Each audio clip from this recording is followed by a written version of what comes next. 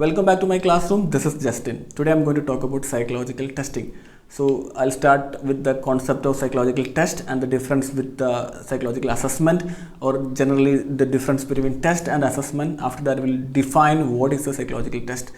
Okay, that itself will take another 10 minutes. Okay, so we'll start with what's the difference between psychological test and assessment. So see, assessment is a bigger term and test is a more smaller term. So when you generally talk about test, generally measures single characteristics, one particular variable.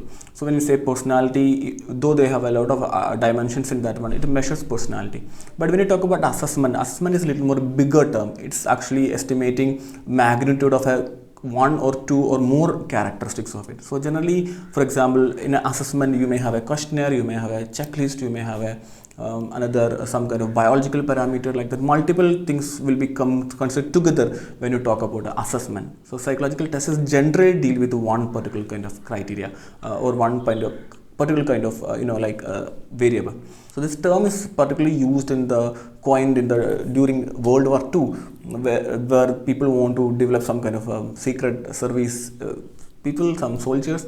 So they were used this term assessment. They want to know different characteristics of qualities of a person: intelligence, memory, like some kind of tolerance, like that, impulsivity, like the multiple characteristics they wanted to know together, and so that they can make a kind of like good understanding, a comprehensive kind of understanding about a person. So this is the concept of assessment, the difference between assessment and test. So we start with what is a psychological test. So a psychological test is a standardized procedure for sampling behavior and describing it with the categories or with some specific scores. So I generally like this definition because definition is a very interesting kind of statements which has every word in the definition has some specific kind of meaning. So let us look into the first term here. What is a standardized procedure? So standardized procedure means there's a kind of common pattern, uniform pattern in terms of administration, in terms of scoring, in terms of interpretation. Why it is important? Because if you do not have a standardized procedure, everyone will take their own strategy, and the results, the interpretation would be different. The way we categorize people to different levels will be different. So that's why we need a standardized procedure. So why do we really need a standardized procedure? Standardized procedure will help us to gain objectivity. It is not necessary that every standardized procedure will lead to objectivity, but generally a standardized procedure is helpful to get the test will become more objective than subjective. So what is objectivity? Objectivity is basically not having a subjective element in terms of interpretation, administration, and scoring, like that. So generally, the easiest example is if you want to measure the digital memory span. If you remember in the Bhatia battery of intelligence, so there is the way in which we call out the numbers like 5, 6, 10, 9, like that. There could be kind of a uniform pattern. You cannot say 5 and 6 together. You cannot say like 5, 6, 7, 8, 9, 10, like that. Different pattern cannot be used. There is a very clear-cut procedure how to administer this kind of test. So this is called as a standardized procedure. Now the second element in the definition is behavior sampling. So very interesting kind of concept. If you want to measure a variable, let us say extroversion, there could be multiple behavior.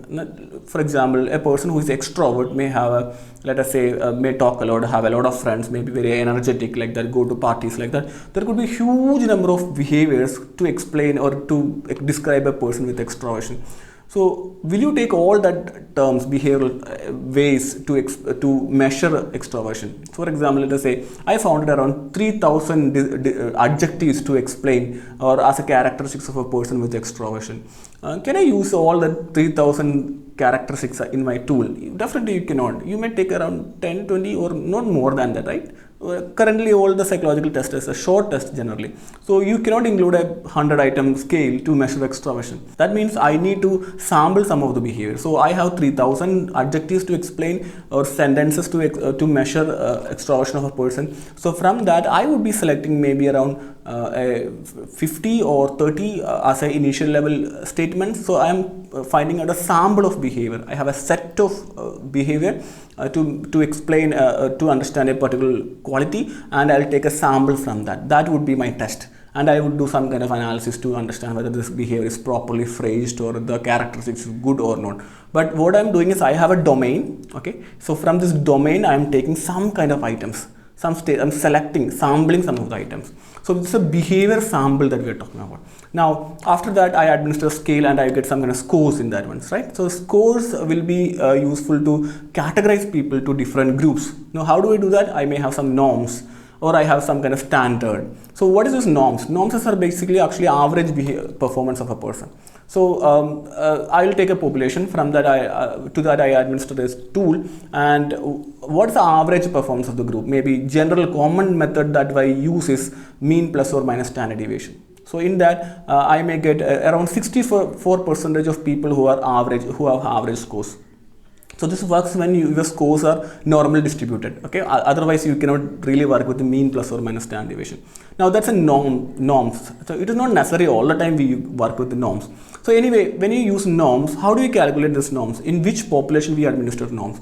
So who are maybe your target population, the target community whom you really want to administer a scale. For example, I need to know the emotional intelligence of school going children. So what I do is I'll be administering this tool to school children in that particular area, a bigger geographical location. So I need a big sample. From where I get this norms, what's average performance, or which is the lowest performance, which is the highest performance, like that. So this particular group is called a standardization sample, or the sample where I administer the initial tool and make the procedure, I make the standardization, everything. This particular sample is called as standardization sample. Very important thing. This sample has to be bigger in nature. So when you decide the sample size in this context, we may be looking for a good representation than the statistical power. So this is a standardization sample. So as I said, it is not necessary that every time we have to use a norm or a group performance, average performance about the group. Sometimes we do not use that one. For example, in a classroom exam, you don't generally go for a norms here, right? So you don't say that average performance is from 30 to 45. So who are having scores below 32 is failed. No, we don't do that one. We keep a kind of cutoff point, something like 40%. Out of 50, 20 is a pass mark. It's a criteria, specific criteria. So every test may not have this norms in nature. The test which use norms, that means average performance of the group, this is called as a norm reference test. If your test is not using a specific norm based on the average performance, then it is called as criterion reference test. See that? So there will be a specific kind of criteria. For example, if you go for a IELTS exam, they will say that this much cutoff is required. So let us say 7.5 cutoff is required. That's a criterion reference test.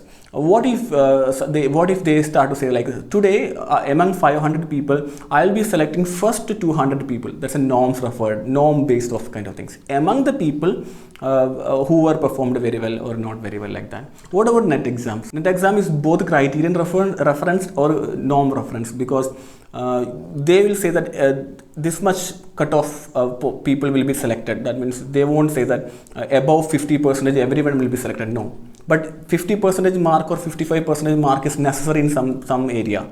See that? So 45 or 50 is a cutoff, first cutoff point. That indicates a criteria. Then among the people who got this much score, then we'll go for a norms, like that. How many people got first 10% or first 5%, like that. So it's both criterion based or norm based. Both elements will be taken. What if everyone get a scores lesser than 50% in a year? I don't know, it's a policy decision, but based on the rules they have now, they won't be awarding JRF or NET for anybody, because to meet the criteria, they should get a minimum of 50% or 45% in each paper. So that means it's both criterion reference or norm reference kind of test. Okay. So that's the end of this class. We'll see you in the next class with more details on psychological assessment. Bye from my classroom.